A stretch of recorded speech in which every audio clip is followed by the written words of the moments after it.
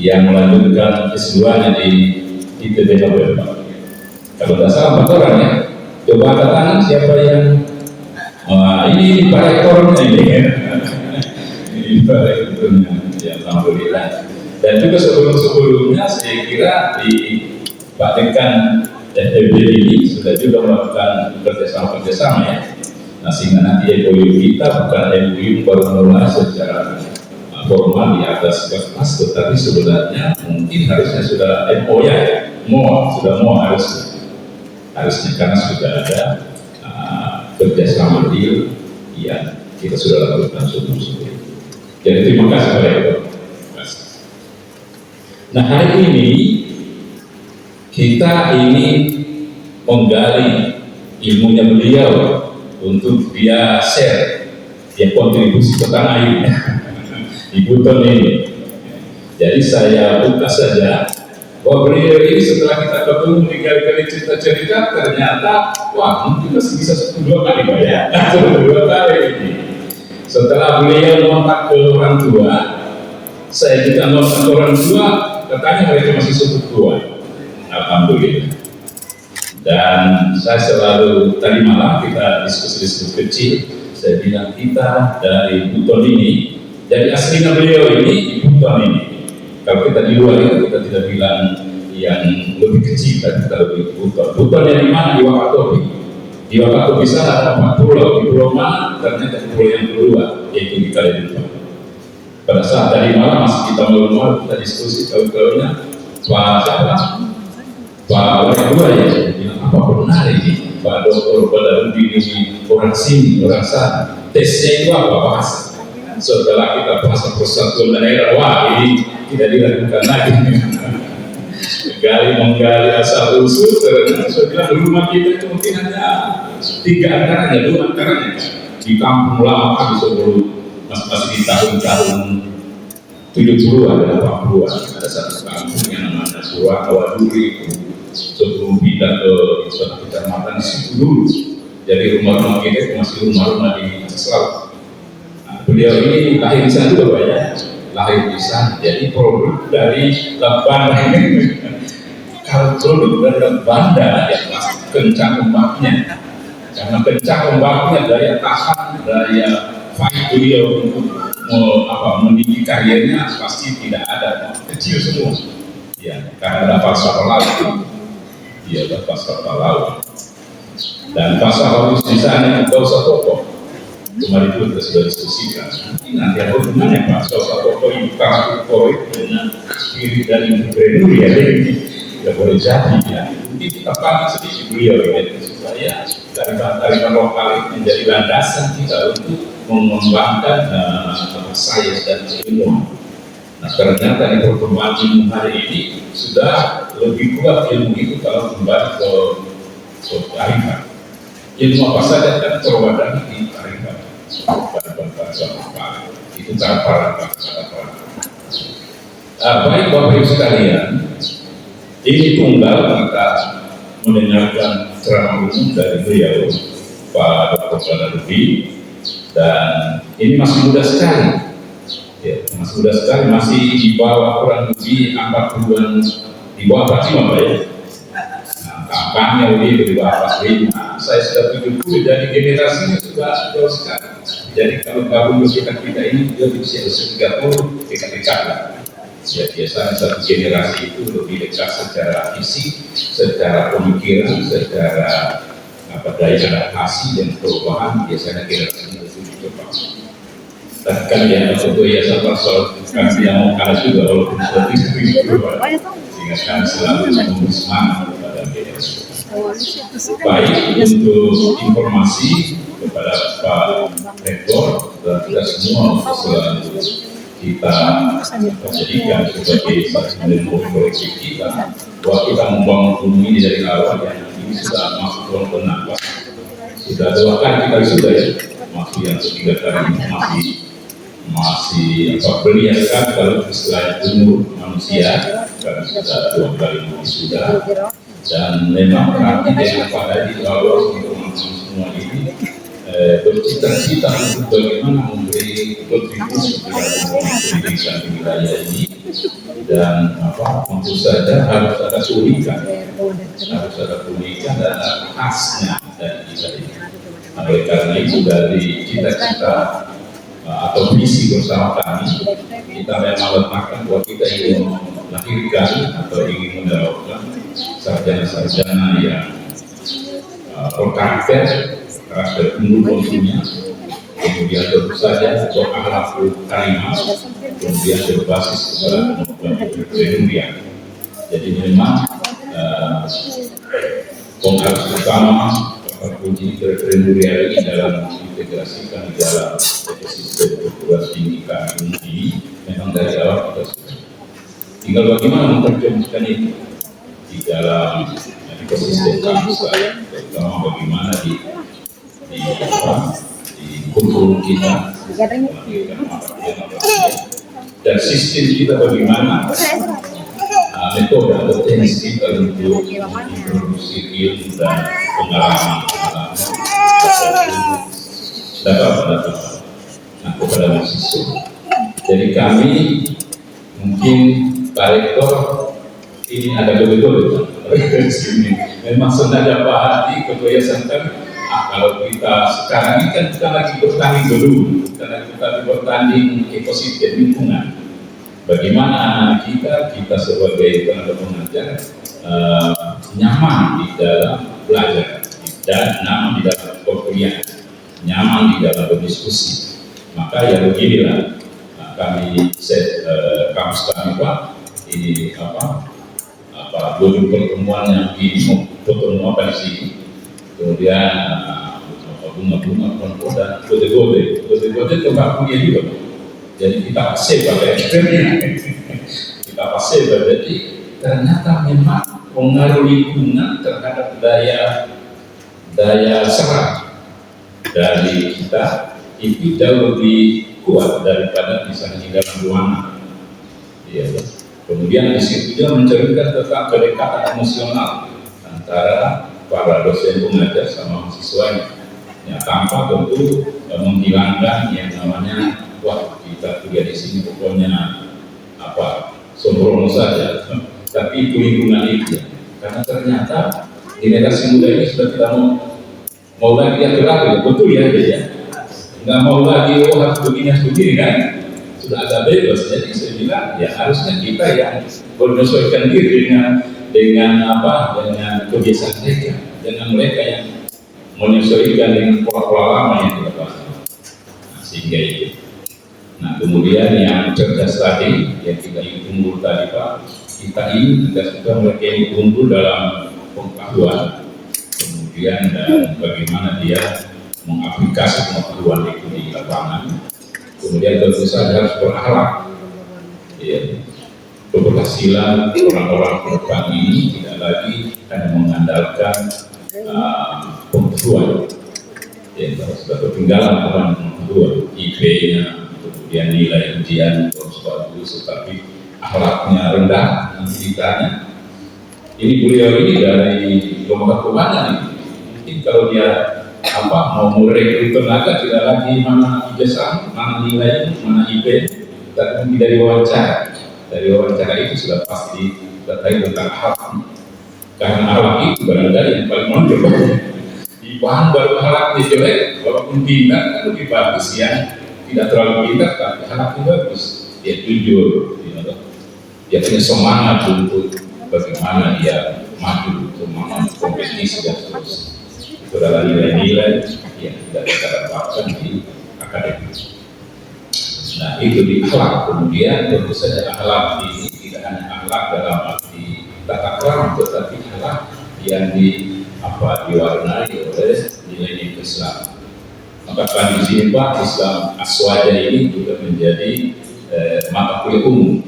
Jadi setiap minggu ini hari Kamis pas zuhur itu berhenti seluruh aktivitas mau diskusi apa, tetapi tema itu adalah tema Islam. Ini introduksi nilai Islam di dalam diri setiap sivitas akademik dosen, apalagi dengan mahasiswa, bahwa bagaimana akhlak itu menjadi suatu pengaruh utama di dalam diri setiap orang untuk bisa menjadi unggul di dalam persaingan yang demikian ketat. di era sekarang, apalagi di era ini. Nah kemudian tentu saja kalau sudah baik akhlaknya, sudah pintar ilmunya, otaknya sudah sudah pintar, sudah cerdas, maka tentu dia harus ada basis ilmu dasarnya, yaitu entrepreneuria. Maka itu alhamdulillah kita hari ini ada tamu kita yang memang spesialis khusus di bidang itu. Nah, ilmunya, walaupun ilmunya adalah insinyur di pasti teknik, tapi setelah membidangi teknis di kerjaannya, kalau saya dengar sepintas ini, ya lebih banyak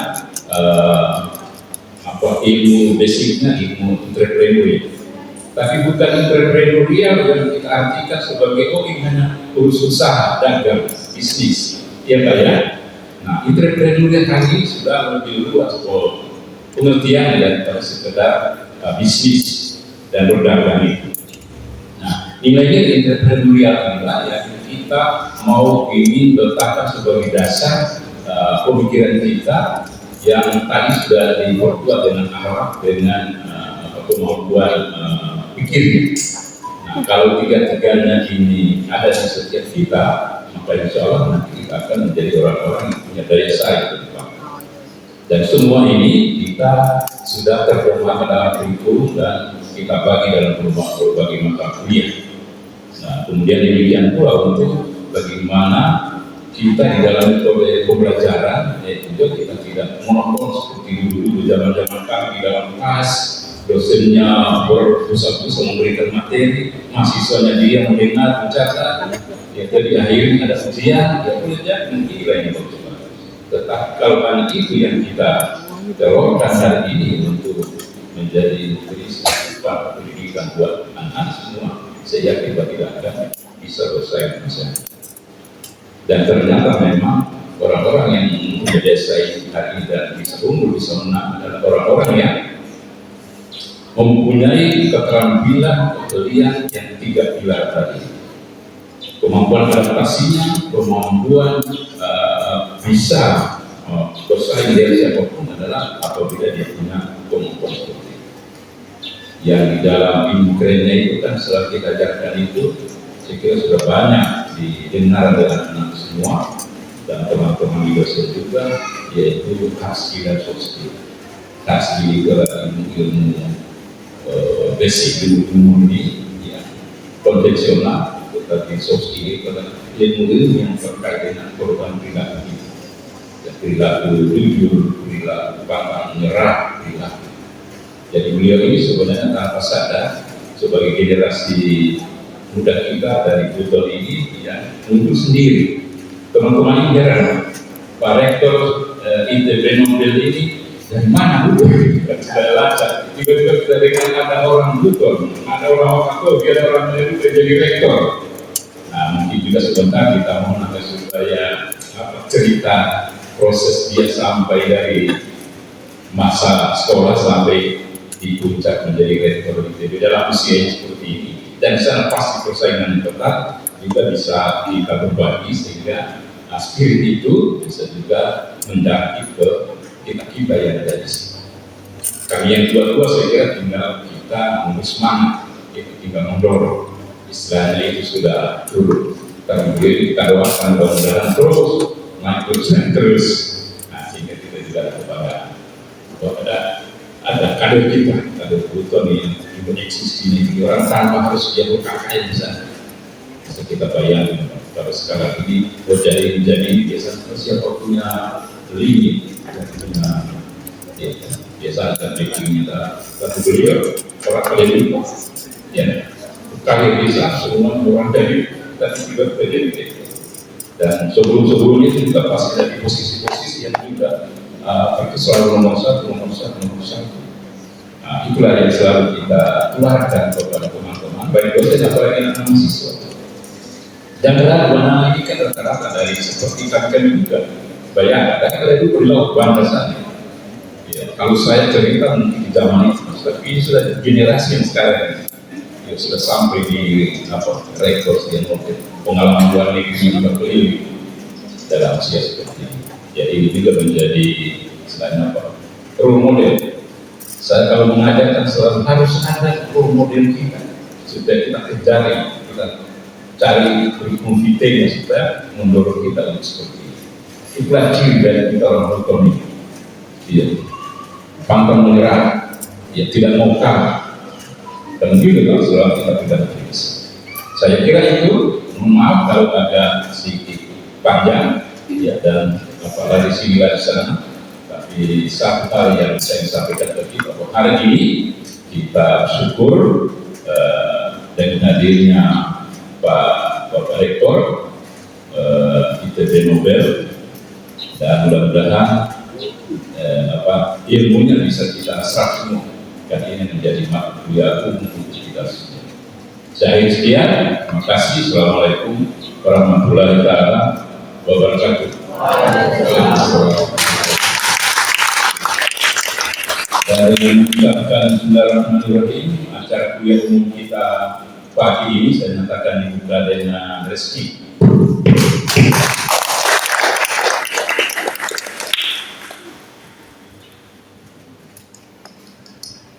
Ya, terima kasih kepada Bapak Rektor Universitas Muslim Bogor, Bapak Dr. Haji Sudirman Magister Manajemen, telah memberikan sambutan sekaligus juga membuka kuliah umum pada hari ini. Selanjutnya kita masuk ke inti materi pada hari ini, di mana beliau sebenarnya ini saya membuka sedikit kisi-kisi. Ternyata berdirinya Universitas Muslim Bogor salah satunya adalah ide dari Bapak Rektor ITB Nobel Indonesia. Jadi waktu tadi ada Pak Ketua Yayasan sempat bahkan berkali-kali bahwa gagasan Universitas Muslim Bogor ini adalah hasil dari percakapan dialog dengan Pak Rektor. Nah, jadi hari ini kita baru kedatangan, meskipun tahun 2019 kita waktu itu pernah menandatangani kerjasama dengan Presiden Nobel pada waktu itu. Dan saya sebelum saya memberikan kesempatan kepada Pak Rektor, saya membacakan dulu profilnya supaya ada juga tahu. Ya, tak kenal kata saya ya. Saya mengatakan ya kurang lebih seperti itu. Ya, nama lengkap beliau adalah yang sudah ada tertera di spanduk ya. Dr. Insinyur Haji Badarudin, Sarjana Teknik, Magister Manajemen, IPU ASEAN IDN. Nah, beliau ini kuliah di S1 jurusan perkapalan di perkapalan ini, karena beliau kan dari Wakatobi. Ya, jadi ada satu ilmu kalau orang di kepulauan, satu ilmu itu adalah jadilah batu karang meskipun ombaknya menerjang tetapi berdiri seperti batu karang yang tetap tegak dan menjadi orang yang sukses ke depan. Nah, itu adalah filosofi orang yang ada di kepulauan. Ya. Kemudian yang kedua itu beliau melanjutkan S2-nya di manajemen sumber daya manusia di pasca sarjana Universitas Muslim Indonesia UNI pada tahun 2009 dan selesai 2011. Dan melanjutkan doktor manajemen. Nah, jadi S1-nya di perkapalan, S2-nya itu di manajemen, dan lebih spesifik pada S3-nya di bidang manajemen, yaitu di Universitas yang sama, Universitas Muslim Indonesia, dan mempertahankan disertasi doktoral pada tahun 2020. Masa corona pada waktu itu masuk. Dengan judul pengaruh nilai-nilai kerjasama Islam dan spiritual di tempat kerja terhadap keseimbangan kehidupan kerja, keterikatan karyawan dan kinerja karyawan BPR Syariah di Sulawesi Selatan. Pada hari ini, beliau akan membawakan kuliah umum dengan tema entrepreneurship,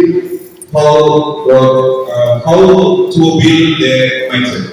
Ini artinya bahwa ada satu filosofi bagaimana kita menumbuhkan mindset kita agar kita menjadi orang yang sukses. Nah, pertanyaan yang nantinya akan menjadi renungan kita bagaimana merubah mindset agar kita menjadi orang sukses ke depannya. Oleh karena itu, saya berikan kepada Pak Rektor untuk memberikan kuliah kepada semua kita yang ada di sini, kepada Rektor Universitas ITB Nobel Indonesia, dipersilakan dengan hormat. Silakan Pak.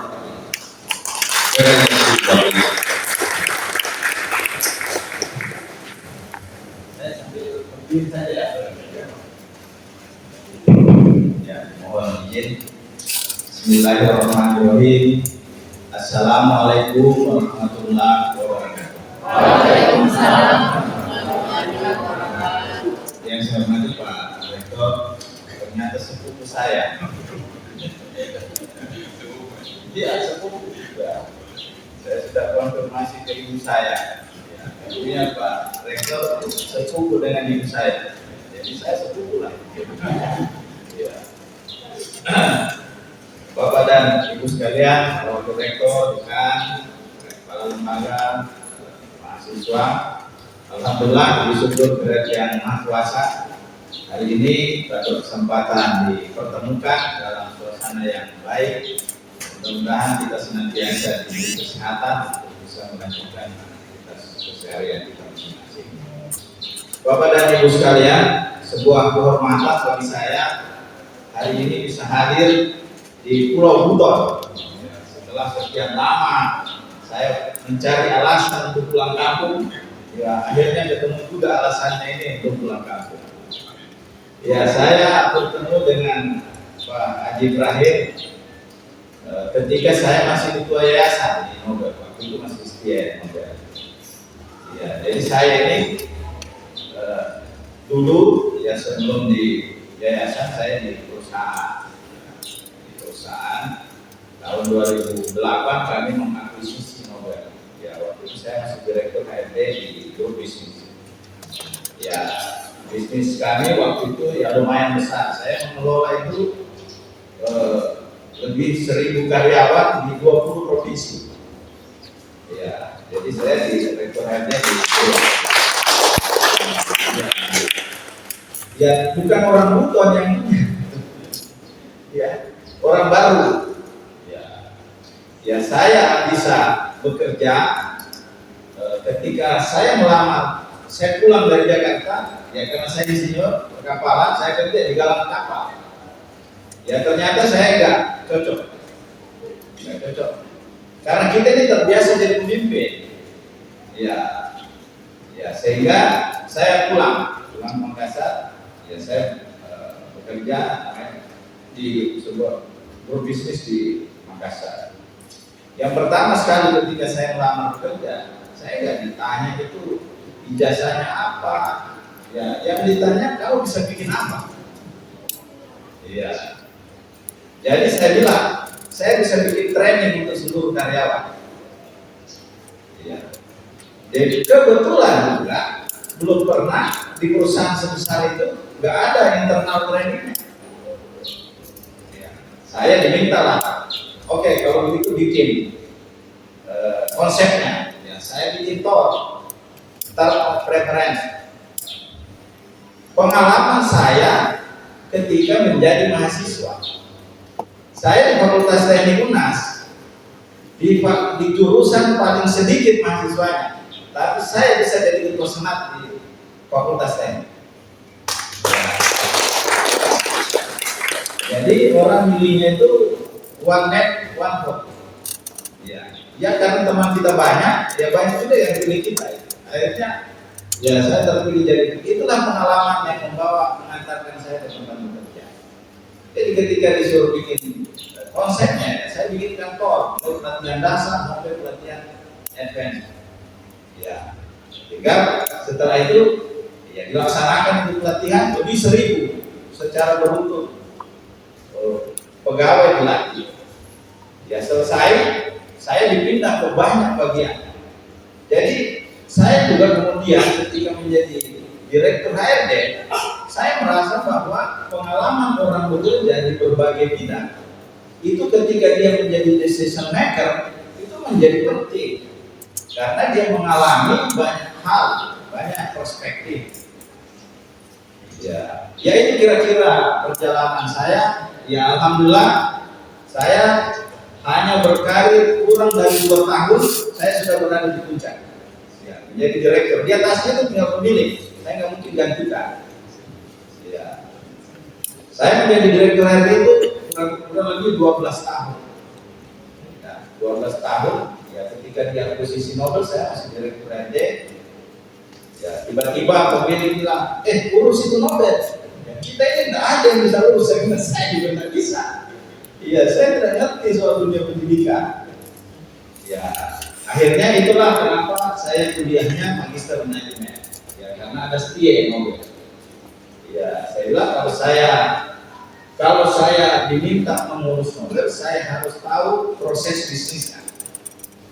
Ya, untuk bisa tahu proses bisnisnya, saya harus belajar. Ya, karena saya harus ketemu mahasiswa dalam suasana di kelas. Ya, syaratnya kan tidak boleh S1 ngajar S1, apalagi saya sarjana teknik mau ngajar calon sarjana ekonomi, waktu itu sarjana ekonomi. Ya, belum sarjana manajemen dan sarjana aplikasi. Ya, saya sekolah lah, jadi magister manajemen saya ngajar. Ya, akhirnya mulai 2010, 2011 ya kita ubah Nobel itu menjadi sekolah bisnis. Ya, akhirnya dia betul. Saya kemudian diminta, ya karena tidak ada direkturnya di bank syariah yang kita punya, sudah berbagai orang dites di Bank Indonesia tidak ada yang lulus, ya saya masih direktur aja, ya disuruh diminta, ya, saya pergi tes, harapan saya tidak lulus. Ya, saya bilang mudah-mudahan saya nggak lulus. Ternyata saya lulus. Ya, ternyata lulus. Ya, saya lulus Pak itu Pak. Ya, tapi hanya 3 tahun Pak. Karena Nobel memanggil pulang. Ini S2 ini kalau tidak bisa berkembang kita tutup saja. Dan jangan. Ya kalau kita urus. Ya, saya kembali lagi ngurus magister manajemen. Ya, akhirnya alhamdulillah bertumbuh dan saya tidak kembali lagi ke bank. Ya, seterusnya ya, saya berkiprah di Nobel, ketua yayasan. Ya, kemudian tugas saya waktu menjadi ketua yayasan merubah Nobel itu dari STIA menjadi institut. Ya, jadi ya itulah tantangan hidup ya, karena kita ini terbiasa di ombak yang keras ya, tidak ada antang mundurnya. Ya, kita harus cari jalannya di mana. Kalau orang lain bisa, ya kita juga pasti bisa. Jadi kemarin itu waktu mau ke sini, ya dikabarkan keras ombak. Ya, ada kapal yang pulang kembali ke Kendari. Wah, saya bilang lama juga ini saya tidak kena ombak. Bahaya juga. Tapi saya juga kemudian mikir, masa orang pulau takut sama ombak? Ya, ya tidak apa-apa, saya jalan lah. Alhamdulillah teduh. Dan sampailah saya di sini. Baik Bapak dan Ibu sekalian, itu bumbu-bumbunya, ya pengantar lah sebelum kita masuk. Hari ini kita bicara soal, ya sebenarnya saya mau bicara bagaimana membangun mindset.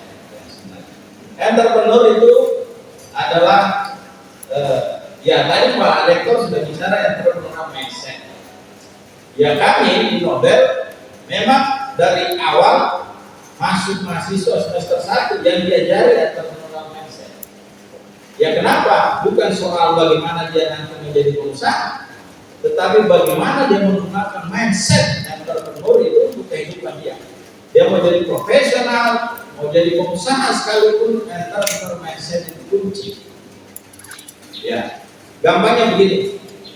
Coba lihat untuk pengusaha.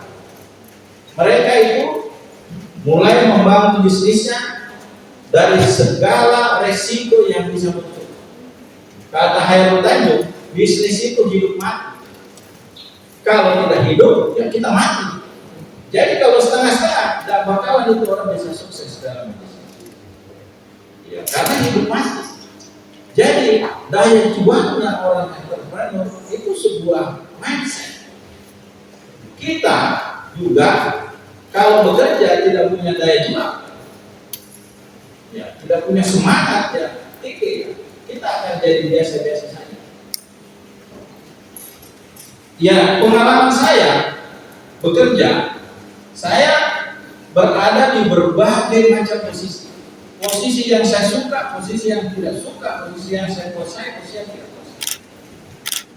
Yang menjadi tekad kita adalah di setiap posisi yang kita ditempatkan, lakukan yang terbaik.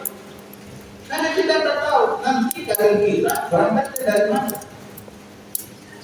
cerita, kenapa saya bisa jadi direktur HRD dalam satu tahun setengah dari bekerja. Jadi ketika perusahaan butuh ada orang yang mengelola human resources, orang itu tiba-tiba ingat saya. Pemiliknya itu ada dulu itu pegawai yang biasa bikin training. Ya, dicarilah untuk saya. Saya waktu itu masih branch manager di Mitra. Ya.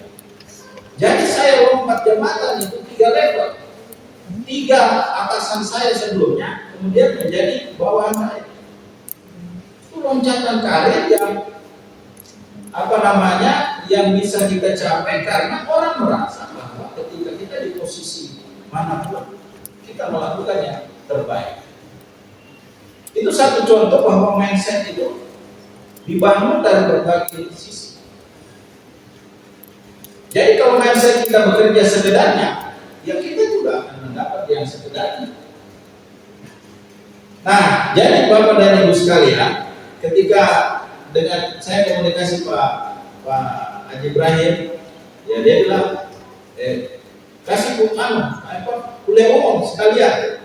Ya saya merasa terhormat juga. Ya saya merasa ya orang buta itu kan pintar-pintar. Ya, jadi kalau kita berhadapan sama orang pintar, sebenarnya susah juga. Ya, yang susah diajarin itu kan orang pintar. Ya, kalau orang yang nggak pintar itu lebih mudah. Tapi yang pintar itu kan susah. Jadi tapi karena ya saya ini kepada beliau itu saya anggap orang tua. Jadi kalau kita yang diminta, diperintahkan oleh orang tua, tidak ada yang bilang tidak. Ya, itu penghargaan kita kepada orang tua. Itu punya kebijaksanaan, punya daya pandang yang mungkin kita tidak lihat. Ya, apa yang terjadi kemudian kan ternyata banyak hikmahnya. Saya ada di sini. Oh, saya ketemu Pak Rektor, terus ibu saya ternyata. Ya, di sini saya bisa kunjungi keluarga. Ya, banyak yang lama saya tidak pernah berkunjung. Ya. Ada adik sepupu saya, sekali saya baru bertemu suaminya kemarin. Ya, padahal dia sama anaknya sudah kuliah di UNHAS. Ya, sering ketemu, suaminya tidak pernah ketemu. Ya, padahal juga saya ketemu kemarin. Jadi itu banyak. Oke, baik Bapak dan Ibu sekalian, ya supaya agak cepat sedikit juga tidak terlalu kelamaan, ya nanti bosan ya. Nah ini kepada mahasiswa dulu, mahasiswa yang masih muda-muda. Ya saya juga sudah muda. Ya, nah ini pengantar dulu kepada yang muda-muda. Siklus hidup itu seperti parabola. Ya, terserah kita ibaratnya kalau parabola itu kan lengkungan bola kalau kita lempar. Ya, jadi kalau kita melempar bola itu kan lengkungannya dan sunatun akan jatuh. Pertanyaannya seberapa tinggi dan seberapa jauh dia akan jatuh. Kalau makin jauh kita lempar pasti lingkarannya itu pendek. Kan gitu. Yang ideal kan tinggi tapi jatuhnya jauh. Ya kan seperti itu. Nah hidup itu sebenarnya begitu. Kalau adik-adikku ini memulainya, katakanlah umur 20 tahun, memulai merintis karir, hitungannya itu kan bolanya itu akan melengkung di titik yang mana paling tingginya. Jadi kalau ini grafik, ya ini sumbu X, sumbu Y, kalau digambar grafik, ya katakanlah kita mulai 20 tahun, kita nanti akan berada di titik puncak itu di usia berapa? Setelah itu, kalau kita bisa bertahan lama, alhamdulillah. Tapi kalau tidak, sunatullah dia akan turun. Dia akan turun, ibaratnya ini modal kita. Katakanlah kalau anak-anak Gen Z itu, kalau kita bicara nilai, value, dia tidak terlalu menjadi penting. Tapi kalau kita bicara aset, ya, kita bicara kekayaan, itu menjadi perhatian bagi mereka. Jadi katakanlah kita kumpulkan modal, ya, kumpulkan modal sekian sampai di titik puncak, kan akan turun. Kalau turun, kan sumber pendapatan modal kita makin berkurang. Ya, syukur-syukur modal ini masih cukup sampai nanti kita jatuh di titik yang rendah, masih kita dalam keadaan masih punya modal. Bayangkan kalau dia jatuhnya, kita sudah nggak punya modal. Mudah-mudahan masih ada yang ngantar kita ke kuburan. Tapi kalau kita masih berada di puncak, biasanya itu ramai yang ngantar kita ke kuburan. Kira-kira hidup begitu. Oleh karena itu, tolong jangan sia-siakan ini waktu kita untuk memulai melempar bola. Karena semakin jauh, ya umur manusia kan ada batasnya. 20 tahun, 25 tahun, 30 tahun, kita baru mulai dari nol. Kalau umur kita sampai 60 tahun, ya hitung saja pergerakan. Tapi ada caranya untuk lama di puncak. Saya sudah di puncak, saya bikin grafik baru lagi dalam hidup saya. Jadi waktu masih di puncak, menjelang turun, saya bikin grafik baru lagi dalam hidup saya. Supaya nggak turun. Jadi yang mau saya sampaikan bahwa yang muda-muda di sini masih banyak orang tua punya kebijaksanaan, daya pandang. Itu modal juga sebenarnya untuk bisa bagaimana kita membentuk grafik itu. Ya, saya tidak bisa gambarkan ya. Kalau ada orang pun saya gambarkan. Tapi ilustrasinya, ya, waktu tidak bisa mundur. Jadi kalau kita terlambat memulai, ya maka jangan mimpi punya grafik hidup yang ini. Ya, kira-kira begitu. Nah, saya ingin memulai dari gambaran hasil survei, hasil penelitian. Itulah kenapa saya bilang jangan sia-siakan waktu ketika kita masih muda. Ini disurvei, diteliti, ternyata orang ketika usia 65 tahun ini dari sekelompok orang yang diteliti, ya, ternyata yang sudah meninggal itu ada 35%. Jadi umurnya nggak sampai 65 tahun. 35%. Kemudian masih ada 5% yang bekerja. Jadi bayangkan umur 65 tahun masih bekerja. Ada 5% yang bekerja. Kemudian ada 4% yang menikmati uang pensiun. Jadi hidup dari pensiunan.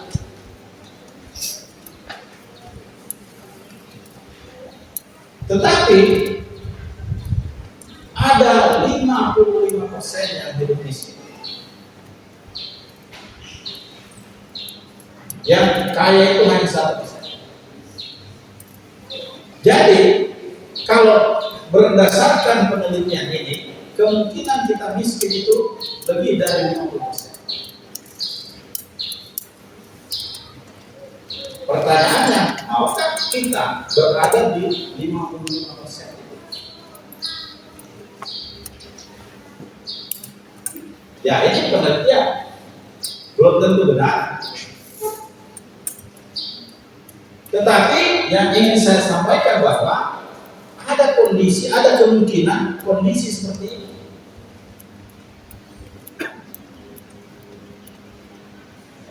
Ya.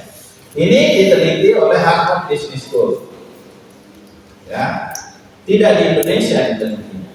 Ya, tetapi saya mau tunjukkan bahwa ada penelitian seperti itu. Saya nggak tahu kalau di Indonesia diteliti bisakah seperti ini. Ya, tetapi ada seperti itu. Bahwa ternyata peluang kita untuk miskin itu jauh lebih besar, dari 55%. Itu. Nah, persoalannya adalah, nah ini itu ada mahasiswa. Kita menghadapi yang begini. Ya, sumber pekerjaan akan berkurang sekian juta lapangan pekerjaan, meskipun akan hadir jenis pekerjaan yang baru. Saya orang perbankan dulunya, kalau dulu kita ke bank mungkin ada 4, 5, 6 teller. Ya, di bank yang transaksinya besar bisa jadi ada 4, 5, 6 teller. Kalau sekarang kita pergi paling banyak itu 2 teller. Kemana sisanya? Ya, kalau kita transaksi di bawah 5 juta, dia minta di ATM. Mau setor, mau narik, di ATM, nggak dilayani lagi di teller. Sehingga teller itu nggak perlu banyak, kasir itu nggak perlu banyak. Berarti nanti pekerjaan kasir itu di bank akan hilang, digantikan oleh teknologi. Itu yang mau digambarkan dari.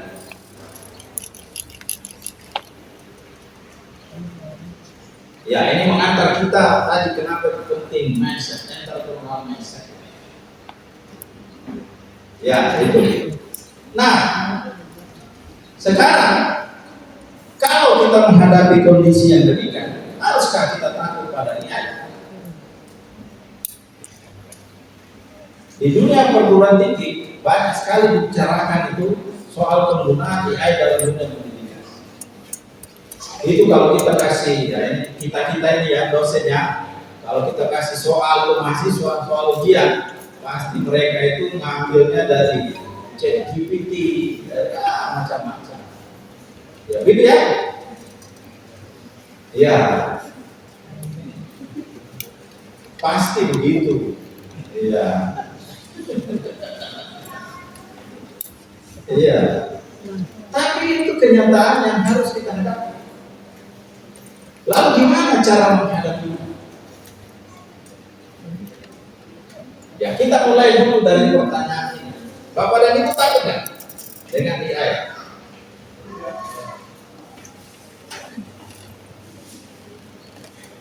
Kenyataannya AI merusak begitu banyak sendi kehidupan. Ya, ini potongan berita. Ya, kita googling saja itu ketemu juga ya. 38% ASN berpotensi digantikan robot. Ya, BKN sebut ASN administrasi bisa digantikan.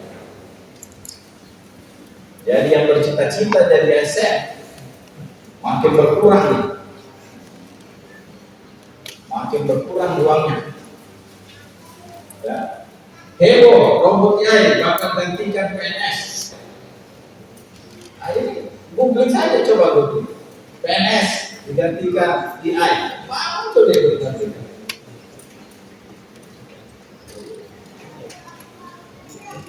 ASN diganti robot. Teller bank, ASN pedagang kaki lima akan punah. Di Jawa Barat itu, waktu Ridwan Kamil masih jadi gubernur, 400 ASN dimutasi dari pekerjaan digantikan oleh AI. Jadi revolusi itu di pemerintahan sudah terjadi. Ini ya, BKN ini bicarakan dari tahun 2021 yang lalu. Ya, saya kan nanti punya akses di ASN, saya nggak tahu sejauh mana. Tapi saya cuma baca berita saja. Jadi ini yang sedang kita hadapi. Aneh, Ridwan Kamil rotasi 400 PNS Jakarta digantikan apa? Dia masih jadi Pak.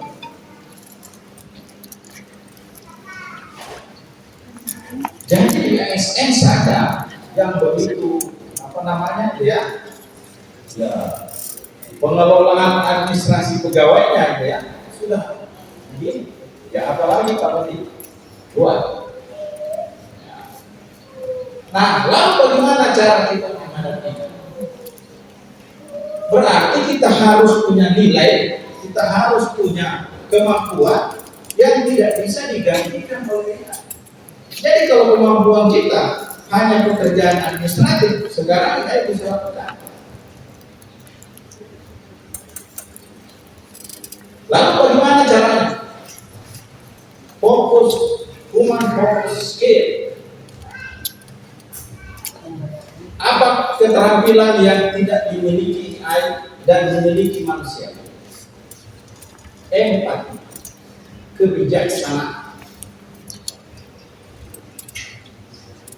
Itu orang seperti Pak Rektor dengan pengalaman birokrasi yang begitu besar, ya kadang-kala dalam mengambil keputusan, tidak mungkin dari satu sudut pandang, pasti banyak sudut pandang. Itulah mindset. Jadi kalau mindset kita hanya bekerja, mengerjakan bahwa ini yang penting selesai, itu pekerjaan iya, pekerjaan robot.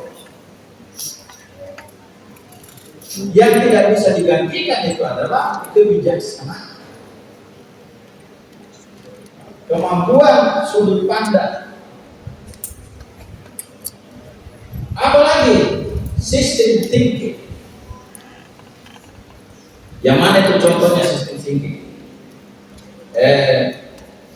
Di jalanan kan banyak lampu merah. Kalau kita ketemu lampu merah, nggak ada perintahnya itu, otomatis kita berhenti. Begitu lampu hijau, kita jalan. Nah, itu sistem thinking. Tahu kapan kita harus berhenti, kapan kita harus berjalan. Dalam pekerjaan banyak itu yang begitu. Atau dalam komunikasi.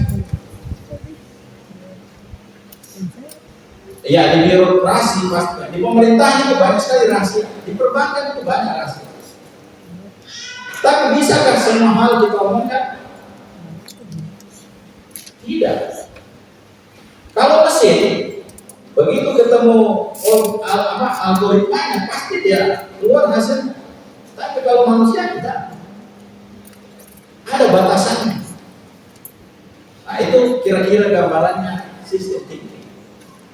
Jadi satu-satunya cara kita melawan ChatGPT atau AI yang lain ya dengan ini. Fokus pada keterampilan kita sebagai manusia ya dan membangun sistem thinking. Itu pengantar kita masuk ke entrepreneur. Mindset. Ya, kita ke mindset. Nah, ini untuk mahasiswa ya ada logika berpikir manusia dari Robert Dilts. Ya, saya terjemahkan ke tantangan orang kuliah. Ya, tadi sudah disebut oleh Pak Rektor, lingkungan itu begitu berpengaruh. Ya. Jadi ketika kita masuk kuliah, sesungguhnya kita sedang merubah lingkungan kita. Kalau masih sama lingkungan kita di luar dengan ketika masuk kuliah, maka kita tidak ada perubahan dalam hidup.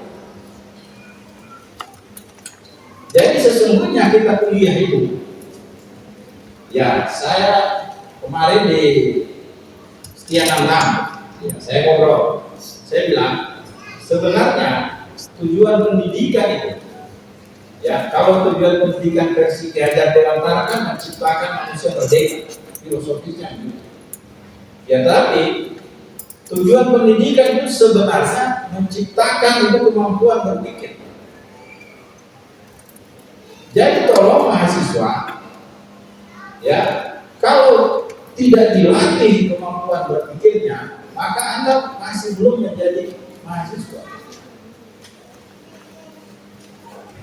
Bukan tidak boleh itu menggunakan AI dan lain sebagainya.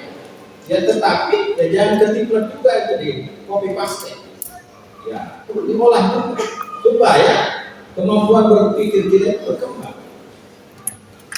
Jadi lingkungan berubah. Lingkungan yang berubah harusnya menciptakan perilaku yang baru. Ya kan lingkungannya berubah. Tadi Pak Rektor sudah jelaskan. Kemudian kalau perilaku berubah akan menciptakan kompetensi yang meningkat. Pertama, ya kenapa? Ya kan perilaku kita berubah. Belum tentu kompetensi yang dulu cocok dengan kehidupan yang baru. Dulu kita malu ketemu orang. Ya karena lingkungan berubah kan harus kita ketemu orang. Ada perilaku. Untuk bisa ketemu orang harus punya kemampuan komunikasi yang bagus. Berarti ada kompetensi yang pertama. Kompetensi meningkat, value juga meningkat. Kalau kita lulus dari sarjana, daya pandang lingkungan kan berubah. Oh sudah sarjana. Iya. Apalagi kalau sudah magister, ya ini mahasiswa saya yang mau jadi magister. Ya, iya. Orang memandangnya berubah. Ada value. Ini. Membangun identitas diri. Jadi, dan itulah yang akan membuat kita mencapai tujuan. Jadi tantangan kita kuliah, begitu kita mau kuliah, maka kita akan menghadapi pertumbuhan ini, perkembangan. Nah itu. Jadi kalau kita sudah berani, maka ini yang akan kita capai. Kalau tidak bertumbuh logika berpikir kita untuk mencapai ini, ya kita harus refleksi kembali. Jangan sampai saya ketika kuliah itu nggak mendapatkan apa-apa. Perbaiki cara kita. Saya itu, ya saya cerita sedikit. Saya kuliah itu nggak ada modalnya. Ya, bayangkan saya dari Kalilupa sana, ya orang tua meninggal, bapak saya baru kelas 1 SD, belum sekolah. Jadi saya tinggal dengan ibu saya berdua di Kalilupa. Kakak saya sudah kemana-mana, ya dia ikut om saya. Akhirnya mungkin juga ibu saya tidak mampu nih, ya saya dikirimlah Kendari ikut kakak saya yang sudah menikah. Ya saya sekolah SD, tamat, SMP. Ya syukurnya, ya itu tadi saya bilang, saya ini bersyukur lahir di Pulau Buton yang punya gen kecerdasan yang tinggi. Jadi kalau saya bilang saya cerdas, sebenarnya itu orang belum cerdas. Iya, saya nggak pernah tidak ranking 1. Jadi waktu SMA, ketika ada beasiswa dari Dikbud waktu itu, ya saya kelas 1 SMA, ada beasiswa dari Dikbud. Ya, mungkin sekarang namanya program afirmasi atau apa. Dari provinsi yang kategori B, ya siswa-siswanya yang baik itu yang bagus dikirim ke provinsi kategori A. Dari Sulawesi Tenggara saya berdua. Ya, dikirimlah saya sekolah di Makassar. Jadi saya sekolah di Makassar itu bukan biaya saya, biaya pemerintah. SMA. Begitu saya tamat SMA, saya nggak mau pulang lagi. Dan itu menurun sama anak saya. Ya, anak saya nanti akhir Agustus wisuda di Bandung. Saya tanya, mau lanjut S2 atau mau pulang? Dia bilang, saya tidak mau lanjut S2 dan saya tidak mau pulang. Ya saya juga begitu, tidak mau pulang. Ya kakak saya bilang, saya tidak bisa biayain mau kuliah kalau di Makassar. Saya bilang, nanti saya cari sendiri. Ya. Saya kuliah, saya tes, Saya cari mana jurusan yang kalau saya lulus atau sebelum saya lulus saya bisa bekerja. Ya, waktu itu lagi bertumbuh berkembang industri perkapalan. Ya, ada ya keluarganya Pak Rektor, ya direktur di PT IKI. Ya, waktu itu orang muda juga. Ya, tapi saya ketemu cuma sekali-sekali. Ya, dan saya juga tidak kerja di situ pada akhirnya. Ya, saya masuk jurusan perkapalan. Ya, jadi apa namanya? Ya itulah perjalanan ya yang membentuk kita. Jadi jangan merasa bahwa kalau kita ini kekurangan, ya tidak ada jalan. Ya, kita tidak tahu bagaimana membentuk. Ya itulah ya kira-kira kalau dibuat pengantarnya bangsa. Ya, saya langsung masuk pada intinya. Kenapa entrepreneur? Ya, saya disclaimer dulu. Saya tidak bicara mindsetnya dulu, karena ya itu tadi kalau mindset itu kalau kita bicara value-nya dulu, dia cenderung tidak mau dengar. Ya sudah kita pakai pendekatan yang pragmatis. Ya baru kita nanti masuk ke mindset. Kenapa entrepreneur? Ini dia ya, mindset.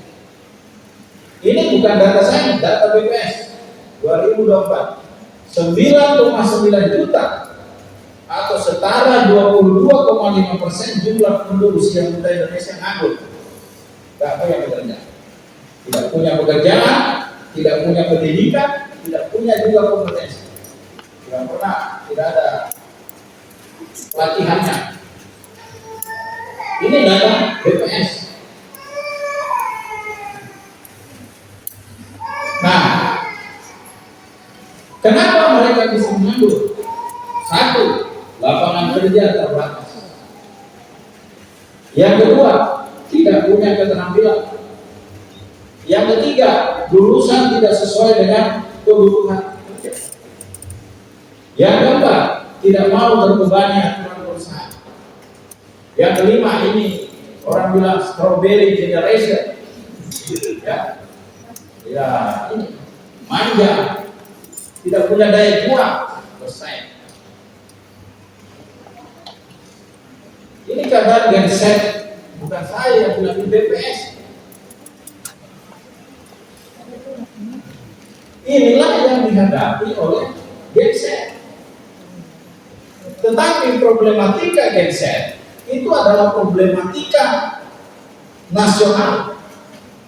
Problematika yang bisa terjadi, pengaruhnya itu pada kehidupan kita. Kenapa?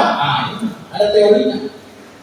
Setiap 10% kenaikan pengangguran, kematian akan naik 1,2%.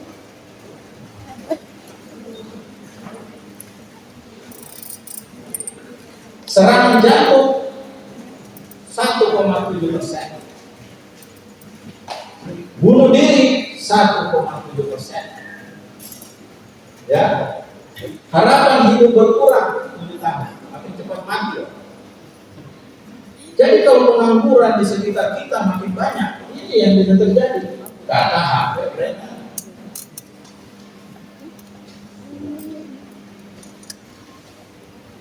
Itulah kenapa kampanye entrepreneurship itu ya bukan hanya menjadi tanggung jawab sekelompok orang, ya tetapi menjadi tanggung jawab kita semua. Entrepreneur dalam pengertian mindset entrepreneur untuk tadi mengatasi urusan genset. Ya. Nah, gimana caranya supaya entrepreneur itu terbentuk, entrepreneurship itu terbentuk? Yang menurut Ciputra ada 3 sumber entrepreneur itu dilahirkan. Pertama, memang dia lahir dari keluarga entrepreneur. Ya bapaknya sudah kaya memang, berarti itu tidak termasuk saya. Ya, bapaknya pengusaha besar, ya anaknya akan jadi pengusaha juga. Kemudian karena memang dilatih orang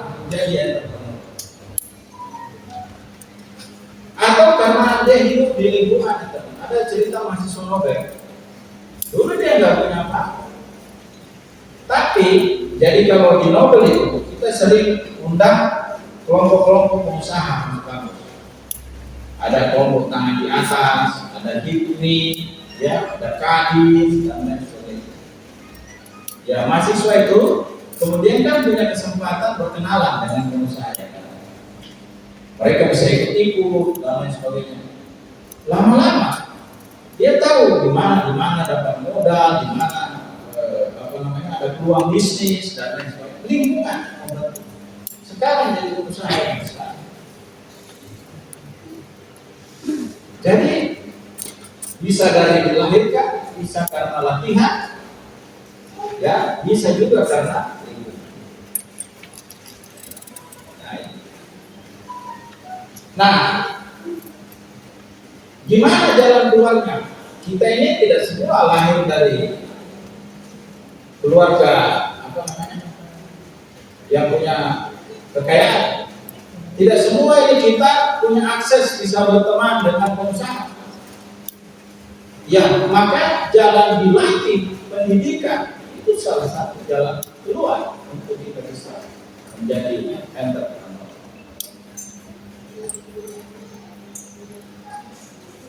Nah, kenapa harus dilatih? Kenapa kampus? Di kampus itu banyak generasi muda yang terdidik. Ada dosen pergi sekolah, pulang, dia punya pengetahuan yang baru, pemahaman yang baru, dan lain sebagainya. Banyak orang bisa berkumpul. Itu kalau orang diundang ke perguruan tinggi, ya banyak kan itu nggak dibayar. Saya bisa undang kuliah umum, menteri dan lain sebagainya, nggak pernah dibayar. Tinggal dicek saja kapan jadwalnya datang ke Makassar. Ya, tinggal kita hubungi, bisa nggak kita waktunya berapa menit? Mereka juga senang itu datang ke kampus. Ya, jadi banyak sekali hal yang bisa kita lakukan. Ya, kampus itu tempat untuk membangun sumber daya manusia. Ya. Orang boleh bertengkar di kampus sepanjang itu masalah keilmuan, orang tidak akan sampai bunuh-bunuhan. Ya, karena ini dalam lingkungan akademik. Kemudian punya kelompok peneliti yang punya kemampuan. Ya biasanya produk itu lahir dari hasil penelitian. Banyak sekali. Ada mahasiswa Nobel, kita mentoring dia bisnis, dia datang itu dari Kabupaten Takalar. Dia bilang di kampung saya Pak, itu banyak sekali ternak ayam. Ya, ternak ayam itu bukan semua orang punya kampung situ. Orang dari macam-macam, dari Makassar lah, dari itu lah. Ya, saya kemudian dia bilang jadi penonton di situ. Ya, member lah dia buat membangun bisnis kemudian. Tiba-tiba dia ketemu peluang itu bikin ayam goreng. Ya, jadi karena dia orang di kampung yang tempat memelihara ayam, dia tidak perlu modal. Ya, itu kalau ayam potong, itu kan gampang stres itu ayam potong.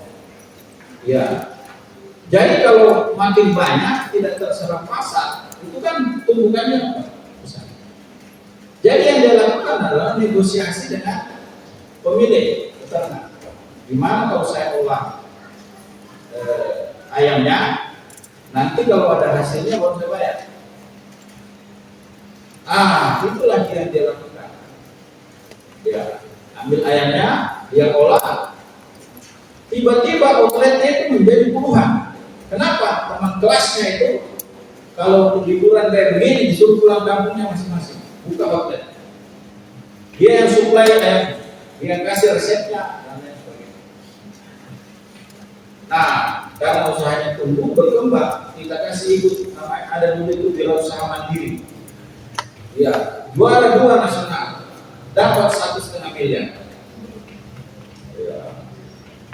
Jadi di kampus itu bisa banyak sekali yang bisa terjadi. Ya oke. Ya, ini kita katanya apa namanya Ciputra yang kita bisa baca di bukunya, ada buku Ciputra yang terkuat Cumlik. Ya, mendidik orang itu menjadi yang terbuka, mendidik tahu tentang teori kewirausahaan. Ya, tetapi kecakapan ya untuk melakukan. Ya, kalau di tempat kami, kalau tiap hari Minggu itu kan banyak car free day. Mahasiswa itu pasti ada di car free day. Apa yang mereka lakukan? Menjual produk. Ya, melatih mereka untuk berpikir, punya mindset daya juang. Jadi yang mereka lakukan, kalau kamu tidak punya produk, jual produk orang lain. Yang penting kamu latihan dulu menjual. Ya, itu yang kami lakukan. Ya, nah, jadi membentuk entrepreneur itu ya sama kalau kita mau jadi dokter. Kan tidak mungkin kita kasih teori entrepreneur atau teori tentang kedokteran. Ya, saya dulu kepesanan teknik, teman saya itu ada kepesanan kedokteran. Sekarang ketua ID Makassar. Ya, Dokter Aziz namanya, dia kepesanan. Jadi waktu dia masih koas, kita sering datang ke kulit. Kalau dia lagi jahit itu orang buka di IGD, ya kita selalu bilang ada itu buku barangkali di bawah itu. Ya, buku apa namanya itu? Buku panduan bagaimana menjahit buka. Dia bilang tidak ada nih. Ya, ya jadi begitulah. Ya, jadi kalau mendidik dokter itu ya sama. Kalau kita mau bangun kompetensi itu contoh yang paling bagus ketika kita membangun sebuah profesi. Ya, harus ada pengalaman. Ya, makanya kan bilang kamu harus, kalau kamu mau punya produk yang laku, kamu harus latihan menjual. Ya, menjual produk. Jadi kita latih direct selling. Ya, kita siapkan fasilitasnya. Pasti ya iklan juga bagi Nobel. Kalau mereka direct selling, ya di situ ada tenda-tendanya Nobel, ya orang semua tahu bahwa ini Nobel. Ya, tidak perlu kita beriklan banyak. Ya ada satu mungkin, ya karena ini Pak Rektor saya punya sepupu, tidak apa-apa saya kasih bocoran sedikit. Ya salah satu strateginya Nobel. Sekarang itu Nobel membuka namanya Nobel Premier Class. Di mana? Di SMA. Ya, itu 16 kali pertemuan ya. Saya bilang enggak usah 16 kali lah. Ya, 14 kali pertemuan aja.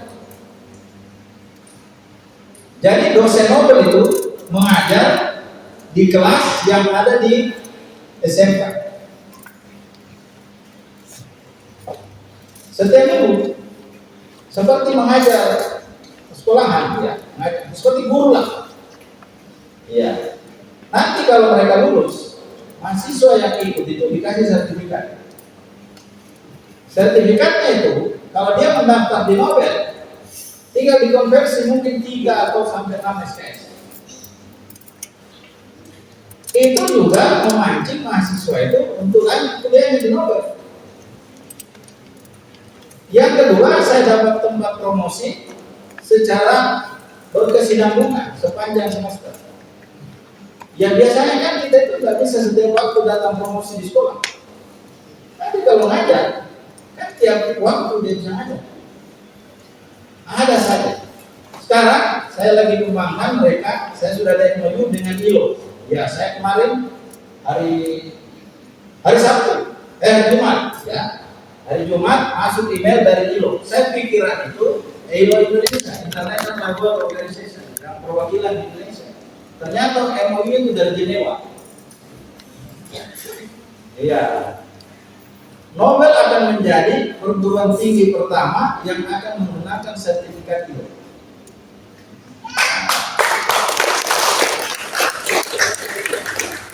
Syaratnya dosen Nobel dilatih dulu untuk bisa mensertifikasi.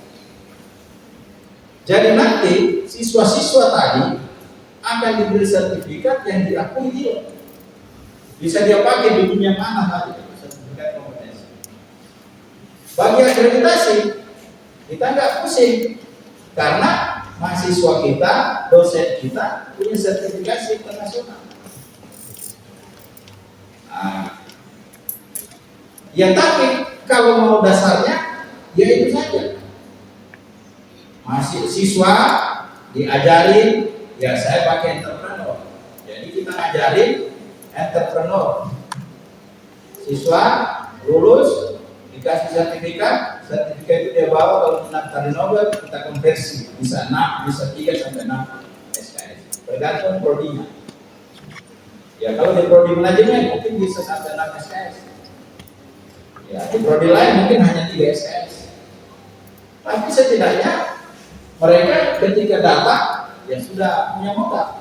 Setidaknya dia bikin, kalau saya ke tempat lain saya nggak dapat konversi SKS. Setidaknya mereka datang sudah pernah ketemu dosennya, oh ternyata dosennya Nobel begini. Atau mereka sudah mengenal kampus kita seperti apa, lingkungan. Ya jadi itu salah satu trik ya pemasaran yang kita lakukan. Ya. Nah, oke, kita percepat sedikit. Nah, sekarang bagaimana kita bisa membangun mindset? Ya. Oke, mindset itu paradigma atau keyakinan, ya kepercayaan. Kita melakukan sesuatu karena ada keyakinan dan kepercayaan. Ya itulah mindset sesungguhnya. Mindset itu tidak bisa lahir dari satu sudut pandang. Kita bisa yakin pada sesuatu karena banyak faktor yang menunjukkan. Orang kalau dikenal itu menjadi jujur karena secara kontinu dia menunjukkan sikap yang jujur. Tapi kalau hari ini jujur, besok dia bohong, ya, lusa jujur lagi. Kalau ada yang validasi satu saja nggak jujur, orang tidak percaya itu.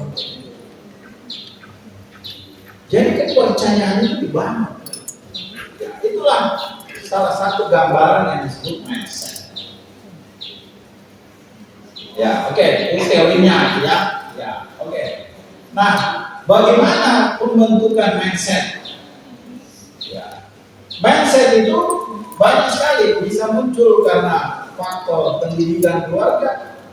Ya, makanya apa namanya itu katanya sekolah pertama itu keluarga. Ya. Ya, saya menikah, memilih istri saya, dan sekian banyak yang mau menikah dengan saya. Ya, itu internet saja. Ya. Tentu banyak pertimbangannya. Ya, salah satu pertimbangannya saya cari yang bisa saya ajak diskusi. Ya, kan ada juga orang yang nyari istri yang mau apa namanya itu, yang penurut. Saya enggak. Saya cari orang yang bisa lawan saya. Ya, yang bisa debat dengan saya. Ya, jadi masing-masing orang. Ya. Jadi istri saya itu duluan doktor dia daripada saya. Yaitu bahwa keluarga itu, ya kemudian dari kepercayaan yang dianut. Kita ini semua beragama. Ya, dasar-dasar keyakinan itu kan ada. Ya, dan macam-macam. Makanya saya bilang mindset itu pasti tidak dibangun dari satu sisi. Ya, dari banyak. Ya, nah, apa hasilnya? Ya, ini teori yang umum sebenarnya. Kepercayaan itu. Jadi, apa yang kita lakukan itu sebenarnya bagian dari proses yang muncul di permukaan dari keyakinan yang kita bangun. Ya, itu kira-kira seperti ini. Ya, cepat-cepat sedikit ya. Ya, oke. Nah, jadi kepercayaan atau paradigma atau keyakinan itu ya lahir dari dua sudut pandang. Ya. Bagaimana kita bisa survive dan bagaimana kita menilai, menjudge. Kalau sesuatu itu kita sudah nilai jelek, ya seberapa kuat pun kita yakinkan, tidak mungkin. Jadi, ya katanya tuh orang selalu bilang, don't look by the cover. Ya tapi kenyataannya begitu. Ya, mungkin itu daya pikir kita memang sudah begitu. Ya, kalau kita melihat sesuatu itu dia langsung, woi, ya ini yang cewek-cewek pasti kalau mau lihat cowok pasti penampilannya dulu. Ya pasti begitu. Ya, lihat penampilan dulu baru yang lainnya. Ya karena judgement dulu yang muncul. Ya, oke. Nah ini gambarannya sebenarnya. Ya, bagaimana kita punya kemampuan berpikir itu, apa yang kita lihat, ya itu bisa kita yang kita dengar, apa yang kita rasa, apa yang kita raba, ya masing-masing itu yang kemudian diolah, ya menjadi macam-macam. Ya difilter, oh pengalaman saya dulu begini, kalau dia sikapnya begini, orangnya begini, ya kan begitu.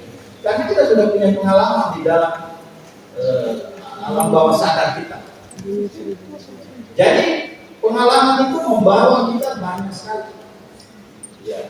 Akhirnya itu nanti yang melahirkan sikap yang kita akan ucapkan, yang bisa ucapkan, dan bisa tunjukkan, dan bisa lakukan. Ya itu prinsip bekerjanya, itu bagaimana mindset itu terbangun. Ya oke. Ya jadi seperti kita melihat peta itu tidak sama dengan wilayah. Ya peta itu kan gambarannya, ya tapi keadaannya tidak persis sama. Ya oke, saya coba sedikit ya. Ya ini kalau kita lihat gunung es, ini teori gunung es ya, yang di puncaknya itu kan ya kelihatan kecil ya, tapi di bawahnya itu sebenarnya kumpulan macam-macam banyak hal. Ya oke. Ya jadi akhirnya kepercayaan paradigma itu akan mempengaruhi cara kita berpikir. Cara kita berpikir akan menentukan apa yang akan kita lakukan. Apa yang kita lakukan akan menjadi habit, ya. Jadi kebiasaan akan menjadi karakter. Jadi penting sekali membangun mindset itu yang positif. Ya, kalau mindset kita negatif, ya maka nanti akan berujung pada karakter kita juga yang negatif. Ya oke. Ya Stephen Covey bilang, kalau kamu mau melakukan perubahan yang kecil, gitu ya, rubahlah perilaku. Ya, ternyata perubahan perilaku itu hanya menyebabkan perubahan. Tapi kalau kita mau membuat perubahan yang signifikan, ya rubah paradigma, rubah mindset. Itu Stephen Covey yang bilang. Ya ini saya kira bagaimana para ahli itu ya tokoh-tokoh yang memberi gambaran bagaimana pentingnya paradigma itu.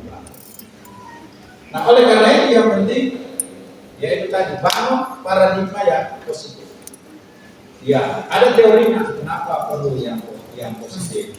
Ya karena ada hukum namanya law of attraction. Ya hukum tarik menarik. Ya kalau buku ini judulnya The Secret. Ya, jadi kalau kita beli buku The Secret itu, ya dulu masih disertai dengan CD. Jadi ada film yang bisa kita ikuti sambil kita baca. Bukunya kecil. Ya saya ada bukunya, ada juga filmnya, videonya. Itu menarik sekali bagaimana dia menjelaskan tentang yang namanya law of attraction. Ya, kalau ada yang pernah ikut MLM, ya orang selalu diimajinasikan itu punya sesuatu yang bagus. Ya kenapa? Ya karena kalau kita mengundang imajinasi ya maka alam semesta ini katanya akan bekerja, ya akan bekerja mengikuti itu, ikut membantu. Yang positif ya akan positif.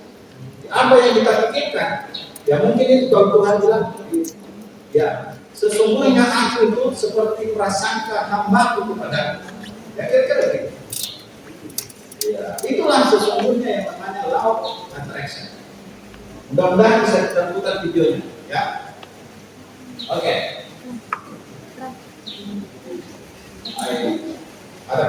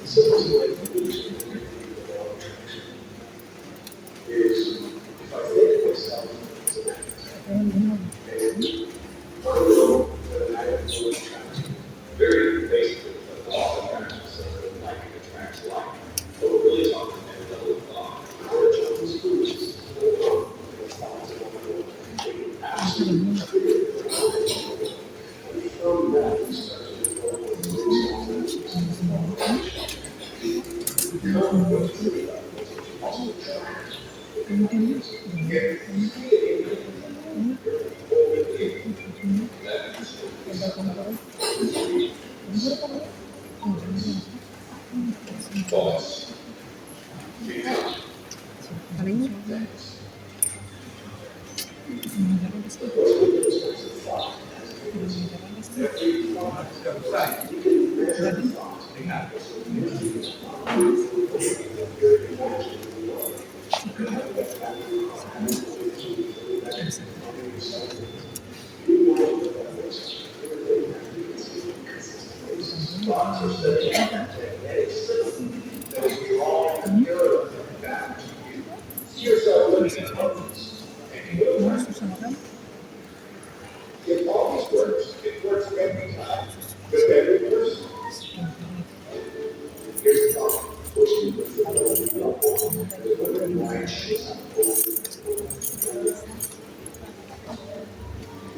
The law of attraction doesn't care whether you see something be good or bad, whether you don't want it or you.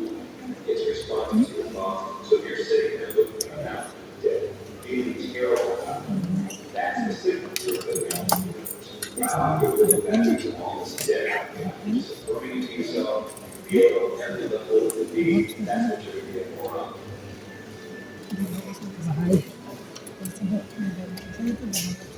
So when you're looking at that thing you want, you're saying yes to it. You're activating the thoughts.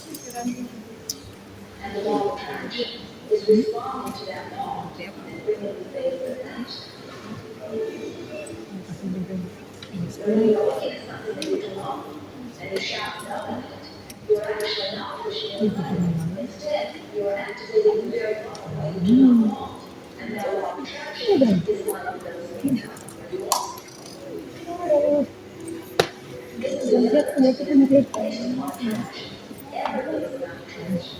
The law of attraction is always working. You might be dependent on the past or the present or the future. But whether you're remembering or observing or imagining, still in that process you are activating the thought.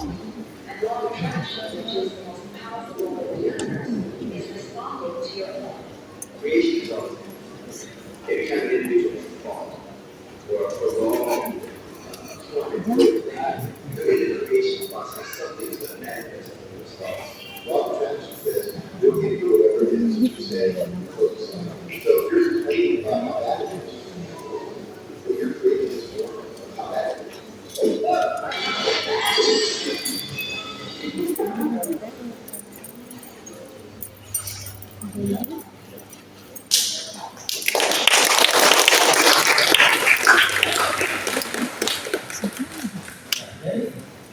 Law of attraction itu, ya hukum tarik menarik. Apa saja yang kita pikirkan, mau itu negatif mau positif, ya dia akan menarik yang sama. Jadi kalau kita mikirnya yang positif akan tertarik. Ya, kita seringkali itu mengalami sebenarnya. Ya, kalau ada pikiran negatif, ya tiba-tiba terjadi sama kita. Ya, atau ada keinginan yang saya punya keinginan yang kuat, tidak mau sama kehidupan saya ini, maka saya berjuang. Ya, Kalau setiap momentum saya harus menjadi yang terbaik. Ya seperti itu kira-kira. Ya, oke. Kemudian ada juga hukum resonansi. Ya, ada hukum resonansi. Jadi sesungguhnya, ya ini seringkali kita dengar ini sebenarnya. Kalau orang meninggal itu, ya kalau di agama gitu kan, ya sebenarnya dia berteriak itu suaranya keras, tapi kita tidak dengar.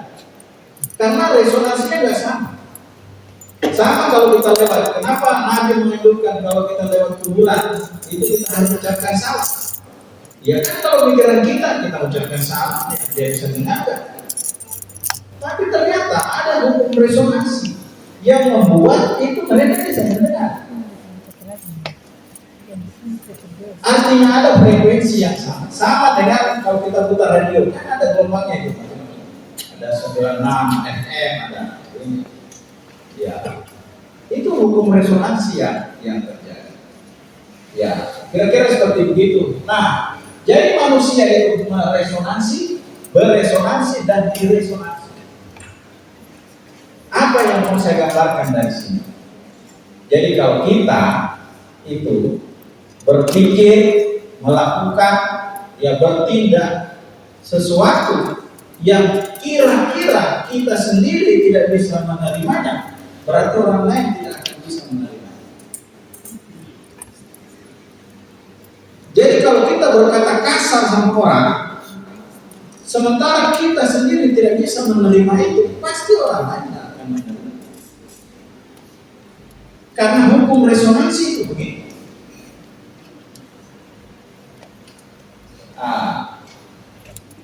Ya kira-kira begitu ya. Nah, ada buku saya, judulnya The Message of Better, karya Masaru Emoto. Itu buku lama, tidak tebal, tipis. Penelitian Masaru Emoto itu kan air. Jadi dulu itu kalau kita sakit, ya kita bawa itu air ke kiai-kiai atau mana minta didoakan. Ya, baru kita minum. Dulu saya nggak percaya. Saya baca buku ini, saya jadi percaya, oh benar. Karena air itu punya kristal-kristal. Ya, kalau dibacakan sesuatu yang baik, kristal itu akan berubah. Tapi kalau kita berkata-kata yang kasar, kristalnya akan berubah menjadi jelek sekali. Jadi kalau kristalnya bagus, masuk ke tubuh kita yang 70%-nya adalah air, ya maka kristal air dalam tubuh kita juga akan berubah baik. Yang sakit menjadi sehat dan lain sebagainya. Ada beberapa gambar Masaru Emoto. Ya. Kalau orang bilang thank you, ya kira-kira kristalnya seperti itu. Tapi kalau kita bilang I will kill you, ya coba lihat kristalnya seperti virus penyakit. Makanya itu orang tua dulu kita dulu kalau kita mau minum itu kan banyak pesan-pesannya itu. Ya, jangan bicara sembarangan atau yang macam-macam. Karena ternyata orang tua kita dulu punya luar biasa itu pandangannya. Dan ini buktinya bahwa ternyata apa yang kita ucapkan itu dengan air yang beresonansi sesuai dengan apa yang kita sampaikan. Ya itu banyak lagi. Bukunya tidak, saya mau bawa bukunya. Ya, seandainya saya bawa, saya bisa S3 itu. Ya, saya. Ya, judulnya The Message of Better. Kumpulan penelitian dari Masaru Emoto. Masaru Emoto itu orang Jepang, orang agama Shinto. Ya, itu. Yang mana lagi? Nah ini, kalau kita berdoa. Kalau air itu nggak dibaca-bacain, minimal ya bismillah lah kalau minum. Ya kalau nggak ada itu baca-bacanya ya begini kristalnya. Tapi kalau sudah doa kan kristalnya indah sekali. Ya itu gambaran bahwa resonansi itu ada. Ya, itu intinya. Ya macam-macam lagi, ada banyak kristal. Ya itu. Nah ini dari detik health. Orang itu makin tua, ternyata itu makin mirip tuh suami istri. Makanya itu dulu itu ada orang sama bilang, mirip, pasti berjodoh, kan gitu. Iya. Ternyata penelitian membuktikan kalau orang itu makin beranjak tua makin mirip. Ya saya tidak bisa lihat wajah ibu saya dan bapak saya waktu itu bapak saya meninggal duluan. Iya. Apakah dia mirip dengan ibu saya, Pak? Ya tapi di penelitian. Ya, kemudian, nah ini juga. Ini arahnya kita membangun mindset itu dari kecil. Jadi anak-anak kecil itu meniru sesungguhnya apa yang ada di depannya. Buktinya ini.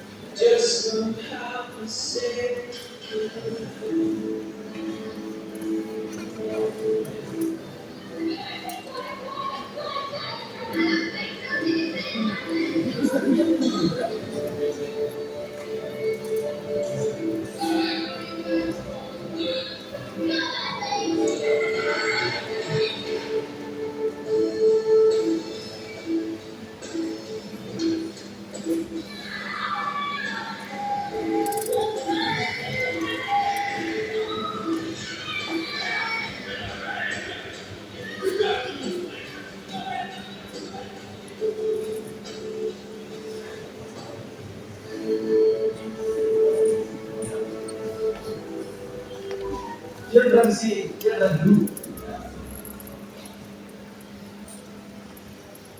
Ya. Ya, jadi sebenarnya kita itu ikut menciptakan kenyataan pada diri kita sendiri. Ya. Apapun kenyataan yang akan terjadi. Dulu itu kita kalau ada tamunya kita punya orang tua, nggak berani sekali kita lewat di depannya. Ya, kalau kita lewat, oh anaknya itu Pak, tunggu sebentar. Ya pulang tamunya itu kita habis. Ya kan begitu. Tapi kenyataannya sekarang. Jadi ya, kalau anak-anak kita juga tidak mau melakukan juga begitu, ya karena kita yang menciptakan itu. Ya, itu luar biasa pelajaran orang. Oleh karena itu maka change your mindset, ubah kita punya mindset.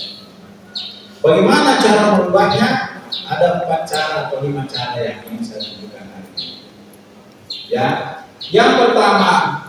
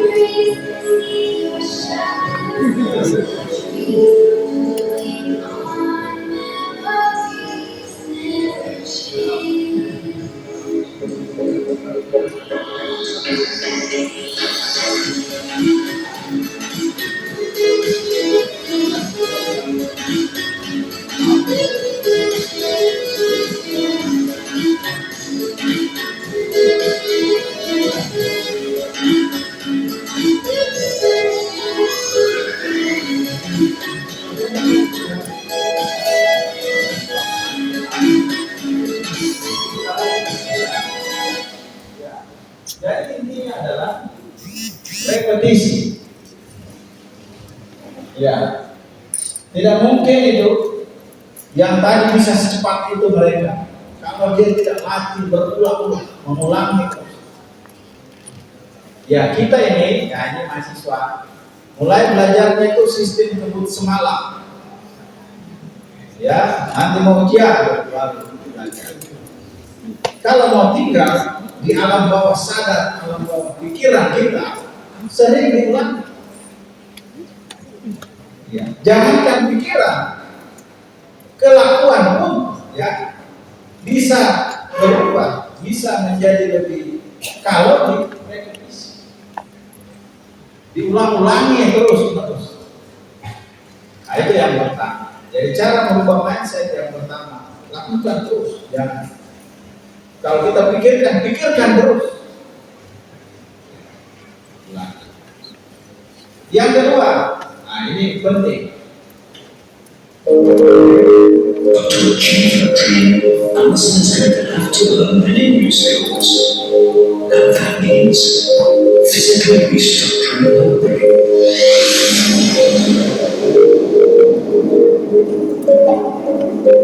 For Allison, as for every single words, learning something new means rearranging the way our brain works.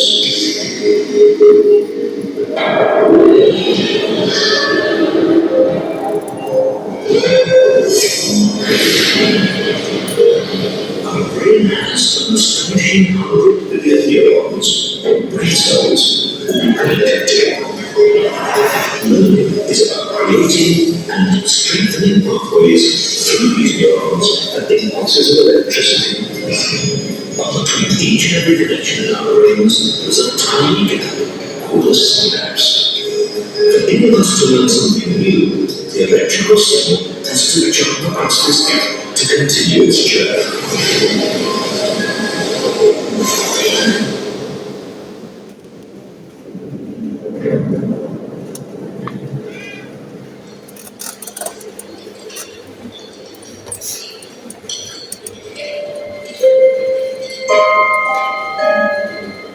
The gap between the two brain cells is tiny, but that doesn't mean it's straightforward for a signal to get from one side to the other.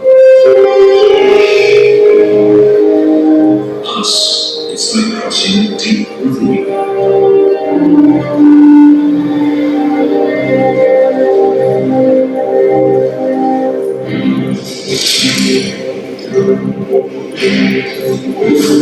And getting from one side to the other should tell us something about the way we learn. The first time a signal crosses from one brain cell to the other demands the most effort, and it's the same when we cross our feet. The first trip across is the hardest.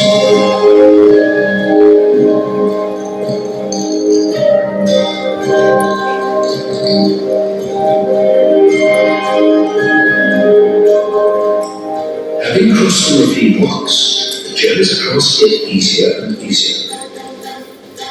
And the similar thing happens when we learn something.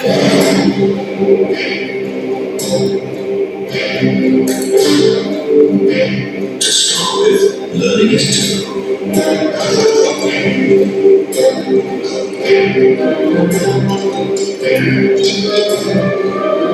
But pistol signal crosses the gap between the brain cells again and again, we establish a more solid pathway.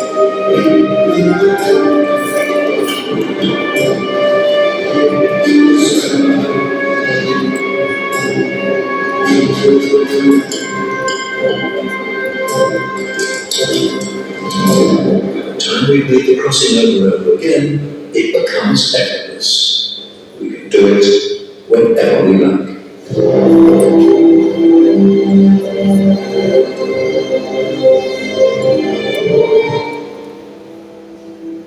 Finally learn something.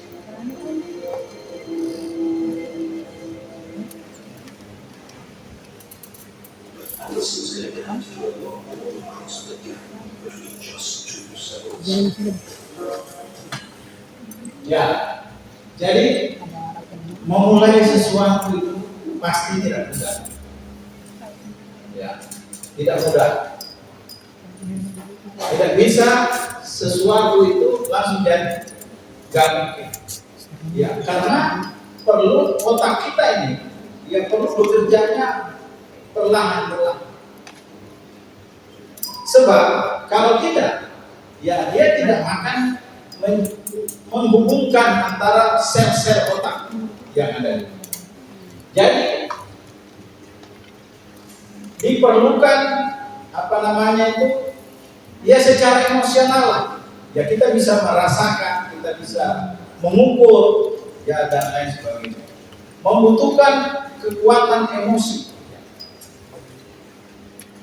Jadi kalau kita mau merubah mindset kita, ya harus kita bisa menyadari, menumbuhkan kekuatan emosional supaya otak kita itu bekerja, bisa menghubungkan sel-sel yang ada.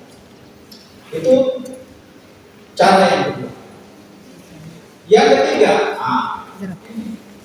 tadi Pak Rektor, perlu ada juga orang yang bisa menjadi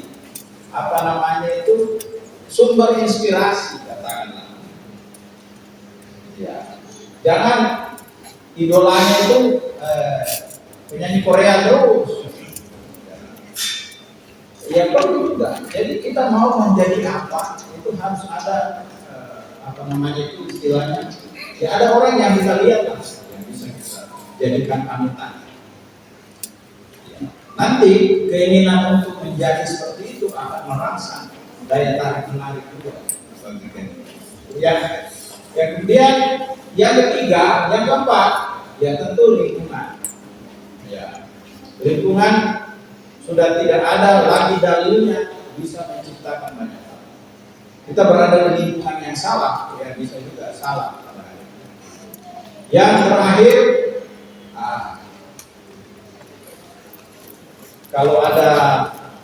kalau di Nobel itu, kalau mahasiswa baru masuk, namanya OK Nobel, orientasi kampus dan entrepreneurship.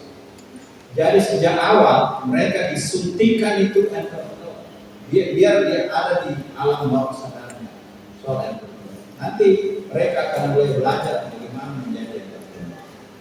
Ya, jadi penting sekali menginstal ya sesuatu sehingga itu nanti akan menjadi keyakinan pikiran alam bawah sadar. Yaitu 5 hal yang bagaimana merubah mindset kita. Ya, saya kira itu Bapak dan Ibu sekalian. Ya, ini ada repetisi, intention, emotion, ada idola, ada lingkungan, dan bagaimana kita menginstal. Ya, kalau namanya itu apa itu ya? Ya kalau di Hackney itu ya biasa ada orang di ini ya kalau malam-malam ya.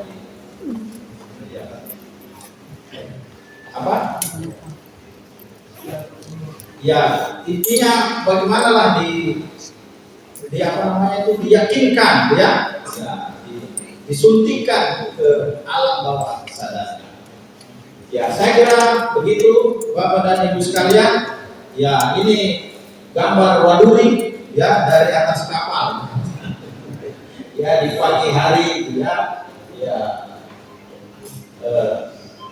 kadang-kala saya ini juga supaya saya ingat dengan kampung. Ya, saya lupa tahun berapa ini saya foto waktu mau naik kapal pulang yang menjelang setelah subuh hari ya, lautnya masih tenang, ya, ada tebing-tebing putih. Saya kira demikian, lebih dan kurangnya mohon dimaafkan. Assalamualaikum warahmatullahi wabarakatuh. Waalaikumsalam warahmatullahi wabarakatuh. Ya, setelah kita mendengarkan kurang lebih sekitar 45 menit tadi, ya materi dari Pak Rektor itu luar biasa. Semua setiap slide itu kita selalu merenungkan apa yang akan kita lakukan. Saya tidak mau dulu. Saya teringat dengan apa yang dikatakan oleh teman saya pada waktu itu. Dia bilang saya sudah banyak membaca buku tentang motivasi, ikut pelatihan kesana kemari. Ternyata hanya satu saja cara untuk tidak kaya, yaitu menikah sama anaknya orang kaya. Ya, jadi ya itu betul gitu. Menikah sama orang kaya gitu. Karena itu Rasul itu menikah sama Siti Khadijah, dia adalah seorang saudara yang kaya. Makanya dia bisa share dalam Islam dengan baik. Itu adalah salah satu juga argumentasi ya. Nantinya juga, tetapi tadi juga dikatakan oleh Pak Rektor bahwa ya sebelum kalian menjadi orang sukses, bangun dulu itu mindset kalian. Akses yang terpenting di dalam diri manusia itu adalah otak, pikiran. Bukan uang, bukan tanah, bukan gedung dan sebagainya, tetapi adalah pikiran. Ya pikiran adalah kekuatan. Itu yang dikatakan dalam filosofi orang Cina. Pikiran adalah kekuatan. Makanya orang Cina itu banyak yang menjadi orang-orang hebat di dunia karena mereka mengagungkan pikiran adalah kekuatan. Oleh karena itu, ya saya sangat bangga Pak Rektor tadi. Saya karena saya juga sudah berkeluarga dengan Pak Rektor. Jadi pesannya Pak Rektor ada satu tadi yang tidak boleh ditiru. Kalaupun itu hati-hati, yaitu mencari istri yang suka berdebat. Karena setiap hari pasti ada terbang gitu. Ya oke, untuk mengisi waktu yang ada saya persilakan Pak Rektor kepada audiens untuk bertanya Pak. Ya. 2 orang bertanya dulu untuk menghidupkan suasana. Yang di sebelah kanan saya Pak, ada yang mahasiswa gitu, mahasiswa. Jangan jadi mahasiswa gitu, mahasiswa gitu. Ada? Halo? Sudah berubah mindset gitu? Belum berubah mindset gitu? Ada tidak? Satu, kalau tidak ada saya masuk di sebelah kiri saya. Ya. Ada tidak? Kalau tidak ada saya, ya oke. Yang sebelah akhir saya. Oh, masa tidak ada sih? Kalau begitu saya persilakan dulu kepada Pak Rektor untuk memberikan satu pandangan terkait dengan materi tadi, Rektor. Ya, silakan Pak. Ya, oke, baik. Bapak dan Ibu sekalian, terima kasih sekali atas kesempatan yang diberikan kepada saya untuk bisa menyampaikan beberapa pokok-pokok pikiran yang sesungguhnya ya sebenarnya saya hanya menjadi jembatan. Ya, sumber ilmu itu bisa dari mana saja. Tapi satu hal yang ya untuk khususnya yang muda-muda, karena saya sudah tua, ya jadi dalam hidup kita ini kita dikelilingi banyak hal yang kadang-kala kita lupa adalah banyak sekali sesungguhnya sumber belajar di sekitar kita. Salah satu hal yang penting dan kadang-kala kita ini orang yang berpendidikan anggap sepele itu orang tua. Orang tua itu tidak mesti yang melahirkan kita. Saya ini banyak sekali orang tua karena saya merantau. Ya. banyak. Saya tinggal di rumahnya siapa, saya tinggal di mana sumber belajar di situ. Saya tidak bilang bahwa setidaknya saya duluan mencapai posisi yang ada sekarang. Ya, saya merasa bahwa kalau saya tidak didukung begitu banyak sumber inspirasi, mungkin juga saya nggak bisa mencapai posisi yang sekarang. Itulah yang penghormatan kepada orang tua. Kadang-kala orang tua itu bicara, ya kita ini orang berpendidikan, apa tuh nih orang tua dia bicara ini. Tetapi mereka bicara itu dengan nilai yang terdalam. Mereka itu lebih banyak